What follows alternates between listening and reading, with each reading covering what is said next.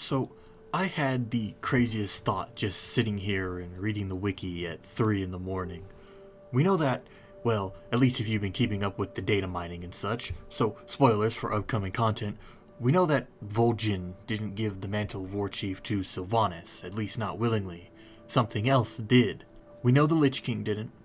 We know Bwonsamdi didn't. We know Aegir didn't. So who did? Who made Sylvanas Warchief? Oh, Dave, it's the old gods. Well, maybe. I think there's two likely candidates for the whodunit. Old gods are the most obvious choice for this matter, but one detail about that bugs me in believing that it is such. When the Void encounters Sylvanas, it recoils, it is scared, it hates Sylvanas, it hates what she is. We see this in the comic on the reunion between the Windrunner sisters, Illyria still under the effects of the Void's whispers, here it state to not trust her as in Sylvanas, that she is the enemy, to murder her. Does that sound like something that would be willing to put Sylvanas in charge?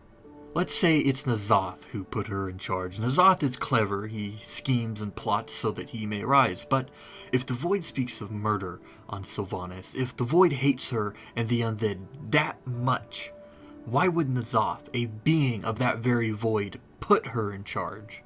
The risk that poses alone seems far too off the deep end, no pun intended because he's in water, for N'Zoth. I'll admit, we haven't seen the full picture or much of N'Zoth, so who actually knows? Now, there's option 2. This is one person that has existed for a few expansions now and keeps popping up now and again. He was even featured in the Alliance Emissary in the BlizzCon tests for BFA, Wrathion. Now, if you believe N'Zoth would manipulate keys to put Sylvanas in charge, you have to say the same for Wrathion. Truthfully, we know Wrathion wished to bring Azeroth together against the Burning Legion under one faction. He believed, for the good of Azeroth, that the Alliance must dismantle the Horde and unite the races under one banner. Now, the Legion's gone, but even with it defeated, Wrathion still believes that since he is the self-proclaimed last black dragon on the planet, he must protect Azeroth as his father once did. What better way to protect Azeroth than to destroy the only thing that causes the most damage to it frequently? The Horde. I did an entire video on the Horde, its failings, and how it is nothing but a military entity, but if you look at the faction's history, it hasn't done a lick of good by itself. Usually, it's alongside the Alliance, fighting a grand threat, fighting fire with fire per se. Then there comes the thought of how Wrathion could have done it, how he manipulated Vol'jin into making Sylvanas Warchief, and why.